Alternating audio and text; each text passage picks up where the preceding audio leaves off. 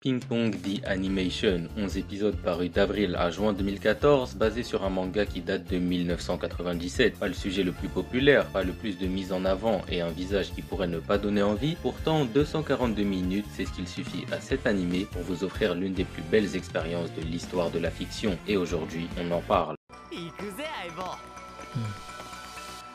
Le tennis de table, c'est une expérience plutôt commune à tout le monde. On y a tous joué, ça nous a fait rire, rager, etc. Cependant, il est clair qu'on n'a pas là le sport le plus populaire de la planète et clairement pas le plus prenant de tous. Ainsi, Taiyo Matsumoto fit un choix. Le cœur de son œuvre sera ses personnages. Makoto, Smile, Tsukimoto, Yutaka, Peko, Oshino. Ces deux adolescents sont nos deux protagonistes principaux. S'opposant diamétralement de par leur caractère et leur attitude, le gamin prétentieux et le robot sont pourtant meilleurs amis. Se complétant bien plus qu'ils ne s'antagonisent, une fois de plus dans une œuvre mettant en place un duo de protagonistes, ceux-ci sont incapables d'évoluer l'un sans l'autre. Les deux adolescents étant dotés d'un sublime talent pour le sport de raquette, ils sont cependant bien loin d'être au niveau en dehors de leur établissement scolaire. L'un ne montrant pas la moindre once de détermination et l'autre tout aussi prétentieux que doué, les deux joueurs représentent un archétype, presque même un cliché du sportif et de l'adolescent, et cela est le cas pour tous nos personnages. Wang Kong, Ryuichi Kazama, Manabu Sakuma, tous sous l'étiquette d'un surnom, ils incarnent à l'extrême des traits de caractère ou des personnalités. Mais bien que cela puisse sembler être quelque chose de mauvais, dans cette situation, dans un animé de 11 épisodes, c'est le meilleur moyen que de rendre ceci impactant et touchant. D'autant plus qu'au final, pour des clichés, ils sont sacrément réalistes. Regarder Ping Pong, c'est s'assurer que de trouver un personnage auquel on pourra s'affilier pour les bonnes et surtout les mauvaises raisons. Ping Pong nous met en scène des génies de toutes parts, des gagnants, des personnages jalousés par les autres. Mais ce qui les rend intéressants, c'est leur côté qu'ils ne montrent pas, leurs défauts, leurs peurs. Ryuichi Kazama, surnommé le Dragon, en est le meilleur exemple. Meilleur joueur de l'interlycée et même champion olympique des jeunes, ce monstre d'entraînement et d'assiduité est le parfait sportif. Issu du lycée Kaiyo, célèbre pour former les meilleurs, il n'a clairement pas loupé le coche, humiliant même les autres génies. Ne dédiant sa vie qu'à l'entraînement et à cet objectif si vague qui est de devenir le plus fort, Kazama en a oublié le plus important, vivre. Aucune joie dans la victoire puisque jamais défait, le Dragon, bien qu'acclamé de tous, est au final celui qui a le plus raté sa vie. Croulant constamment sous la pression de la performance et de la réussite, le meilleur jeune joueur du monde, du premier à l'avant-dernier épisode, n'est que tragédie. Mais n'avançons pas trop vite. Parce que Kazama est loin d'être le seul personnage intéressant issu de Kaiyo. Tous les élèves de ce lycée polis de la même façon,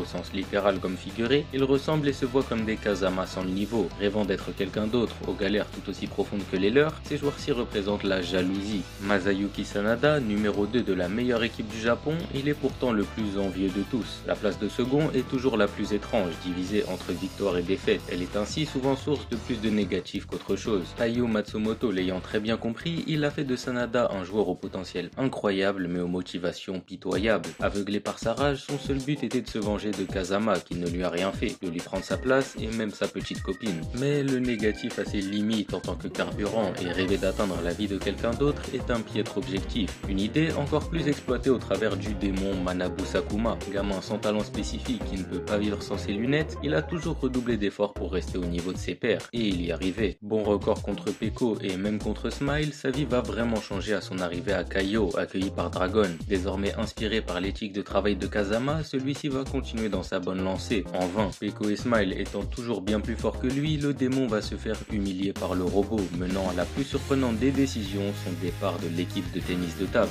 Le gamin qui avait dédié son corps et son âme à la pratique de ce sport fut le premier à le quitter définitivement, frustré de ne pas avoir reçu le même talent que ses pairs, mais surtout ne reconnaissant pas sa propre valeur, c'est en s'éloignant de ce sport qu'il finit par reprendre goût à la vie. Le talent ne trouve pas nécessairement les passionnés, il est bien plus probable que de passer son existence à s'acharner sur quelque chose pour rien que d'y réussir sa vie. Ce que l'on pense bien pour nous, ce qui nous passionne, ce n'est pas forcément ce qui nous est destiné. Sakuma l'a bien compris et cela lui a plus que réussi. Il n'empêche qu'une passion, ça reste une passion. On a beau être le plus nul de tous les nuls, il est nécessaire d'avoir quelque chose dans sa vie qui nous donne envie d'avancer. Et alors que ce petit personnage mineur, simple adversaire sur la route de Smile, abandonne lui aussi ce sport après une défaite cuisante, il finit par y revenir. Et Gami aura beau avoir fait le tour du monde et tout essayer, c'est cette pratique auquel il n'a aucun talent particulier qui le fait vibrer dans son quotidien. Comme je l'ai dit, le succès n'est pas assuré à tout le monde, mais le bonheur si. Cependant, celui-ci ne réside pas dans la victoire, les prix ou la renommée, mais bien au fin fond de nous. Et cette petite leçon de morale, c'est un personnage vraiment mais vraiment random qui nous la rappelle. rappel. Ce gars-là joue un seul match de tout le manga et se fait allumer en plus de ça. On le revoit cependant encore quelques fois, notamment dans l'épisode final, et c'est ça qui fait une des grosses forces de Ping Pong. Cet animé prend le temps d'approfondir son monde, ses relations et son impact. Dans quasiment chaque épisode, on a un nouveau personnage qui a sa petite scène en contrepartie des gros noms et qui apporte un autre point de vue au lecteur. Taiyo Matsumoto aussi, contrairement à la plupart des auteurs du genre et même des auteurs en général, laisse son œuvre avoir des moments de pause, loin des tables de tennis. Ce qui fait la profondeur de cette œuvre, c'est tous ces moments de vie des personnages. Au milieu de tous ces matchs effrénés, on apprend à vraiment comprendre Smile et sa froideur, Wenge et sa frustration dans des moments plus que triviaux. Un trajet en train, la soirée de Noël, une sortie à la plage, ces scènes auxquelles on peut tous s'affilier permettent le contraste avec le poids des matchs et surtout l'amplification du message et des émotions des persos. Parce que voir Wenge se faire humilier par Kazama, c'est déjà quelque chose, mais le voir fondre en larmes en repensant à sa mère, c'en est une autre. Mais tiens, tant qu'on est sur lui, restons-y.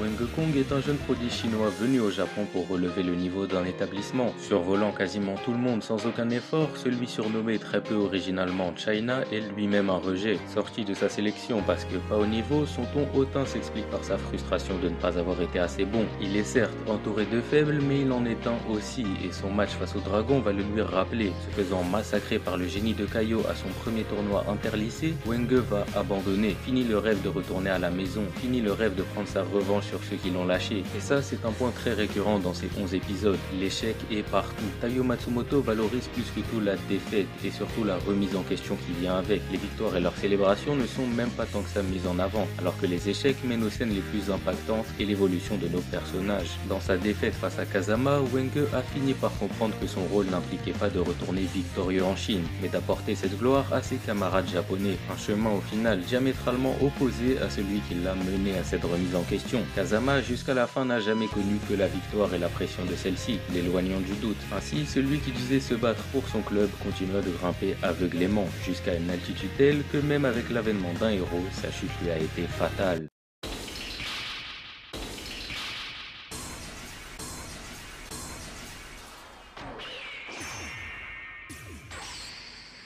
Les héros, existent-ils? Qui sont-ils? Un sujet plus que récurrent au travers de Ping Pong. Toujours présent quand on a besoin de son aide, le héros de cette œuvre cache son identité jusqu'à la fin pour révéler nul autre que l'étrange Peko. Le plus talentueux de tous, mais aussi certainement le plus abruti, il est celui qui passe littéralement par tous les états qu'on a pu citer dans cette vidéo. De l'arrogance au désespoir, Peko représente mieux que qui que ce soit d'autre l'adolescent en recherche de soi-même. Il est pourtant, contrairement à ce que son profil pourrait insinuer, le héros de tous nos autres protagonistes. Comme je l'ai assez répété, Ping Pong porte énormément d'importance aux petits moments et logiquement les arcs narratifs de nos persos tirent leurs origines de ceux-ci. Une main tendue, une blague, un sourire de Peko, c'est ces futilités qui ont fait de Smile et Akuma des joueurs de Ping Pong et de Dragon et China de nouveaux hommes. Quelqu'un qui prend les choses au sérieux ne pourra jamais battre quelqu'un qui s'amuse. Or, de tous, celui qui aime le plus ce sport n'est autre que Oshino. Vivant pour les raquettes et les frissons qu'elle lui amène, le gamin avait tout perdu de vue, sa passion, sa motivation, son amour. Car oui, même les héros ont parfois besoin d'être sauvés, et si Peko est toujours là, c'est grâce au sourire de Tsukimoto, grâce à Smile. Pas la moindre once d'empathie, de gentillesse, mais pas non plus de méchanceté ou de tristesse, Makoto Tsukimoto est la dernière personne que l'on verrait influencer quoi que ce soit. Cependant, dans un twist d'une grande simplicité mais à l'impact énorme, on apprend que celui-ci n'est pas surnommé Smile parce qu'il ne sourit pas comme on le pensait, mais parce qu'à l'inverse, il souriait tout le temps en jouant au ping-pong. Peko lui ayant fait découvrir sa passion, celui-ci est devenu son héros. Cependant, Oshino oubliant son amour, Smile a perdu son sauveur et par la même occasion sa raison de sourire, ne laissant ainsi derrière lui qu'un robot dénué d'humanité. Tout comme ses pairs que l'on a cités au préalable dans la vidéo, Smile ne jouait plus au ping-pong pour les bonnes raisons. S'ajoutant alors à ce cercle vicieux, aucun d'entre eux n'allait en sortir. Tous les personnages de ping-pong sont limités par des obstacles psychologiques, leur enfance, des peurs, des traumatismes, au travers de nombreuses raisons ces adolescents travestissent qui ils sont vraiment pour échapper à leurs conditions ou leurs blessures. Un cycle qui malheureusement se répète sans cesse et qui n'aurait pu être brisé sans quelqu'un qui l'a lui-même vécu, Koizumi Joe. L'ancien avait probablement mieux à faire de sa vie que de suivre à la loupe un ado qui joue au tennis de table. Cependant, ping-pong c'est aussi une histoire d'héritage, de passation, et celui que l'on nommait Butterfly Joe ne comptait pas manquer ça. Meilleur jeune joueur du Japon dans sa jeunesse, il était le meilleur ami de la vieille Tamura, coach de Peko, et de Ryu, le père de Dragon. Voyant alors en Smile un jeune garçon lui ressemblant étrangement trop, il va tout faire pour lui redonner goût à la vie à travers ce sport, lui donner la carrière de champion qu'il n'a pas pu avoir. En effet, alors que Joe pouvait, en battant Ryu, remporter son tournoi, il a préféré laisser son ami blessé gagner pour ne pas lui gâcher sa carrière. Une histoire qui nous est contée juste avant d'apprendre que Peko, comme sa coach dans sa jeunesse, est blessé au genou. Les deux meilleurs amis se retrouvant alors en finale de l'interlycée après le renouveau d'Oshino, ce dernier finit par gagner. Que s'est-il passé exactement dans ce grand final, on ne saura jamais. Mais alors que des années plus tard, Peko a rejoint l'équipe olympique du Japon, difficile d'imaginer autre chose que le fait que Smile n'a lui aussi pas pu enterrer son meilleur ami, lui qui l'avait déjà fait bien souvent auparavant. Ce final est aussi une vraie réussite de la part de Matsumoto. Là, c'est peut-être un peu plus ma subjectivité qui parle, mais amener son œuvre jusqu'à la fin pour ne pas nous montrer le dénouement, c'est quelque chose d'incroyable. L'histoire est tellement bien ficelée de A à Z qu'il n'y a même pas besoin de nous montrer quoi que ce soit. Tout est impliqué et le peu de temps restant est utilisé pour vraiment clore les arcs narratifs de tous les persos. J'ai omis cette partie en début de vidéo pour pouvoir attaquer les personnages directement, mais avant tout le nom de cet animé c'est Ping Pong et la pratique a été plus que respectée. Je suis loin d'être un professionnel de sport et pourtant même les moments techniques sont faciles à comprendre grâce aux explications. Une grande partie de cette œuvre prend place durant les entraînements de nos personnages, ainsi on apprend assez bien comment un joueur professionnel se doit de réagir à différentes situations. Quant aux matchs officiels, ils sont tout aussi bons. Tension, émotion et surtout niveau de fou entre les échanges sous haute pression, les approches ingénieuses mais aussi parfois les humiliations, c'est superbement bien géré. Gros point bonus aussi pour toute l'imagerie qui accompagne les persos en lien avec leur surnom, c'est une superbe touche. Et justement, pour finir évidemment, je ne pouvais pas faire une vidéo sur Ping Pong sans parler de l'aspect visuel de celui-ci. Le manga de Matsumoto et son adaptation sont les œuvres au style les plus uniques que j'ai vues dans tout le genre. Vous allez me dire que tout mangaka a un style unique et c'est bien vrai. N'empêche qu'ici, il y a des similarités avec rien d'autre que j'ai pu voir. La plupart des mangas plébiscités pour leurs dessins sont mis en avant pour leurs détails, leur grandeur. Ici, par moments, on aurait presque l'impression que de regarder les brouillons de l'auteur. Idem pour l'animé, là où on met souvent en avant la fluidité d'animation, les effets spéciaux, ce qui est grandiose à nos yeux, Ping Pong fait le minimum, dans le bon sens bien évidemment. Et il y a quand même des scènes sacrément impressionnantes niveau animation, à l'image des matchs à haute tension. Ce qui est plutôt sympa aussi, c'est à quel point les visages sont expressifs et comment même l'adaptation coupe l'écran comme pour créer des cases pour mieux approfondir ces scènes. Cela permet d'ajouter des réactions, des scènes parallèles ou même du vide, et la magnifique gestion de tout ça ne fait que de Ping Pong encore plus de l'art. Donc bref, allez re-regarder cet animé, c'est vraiment magnifique.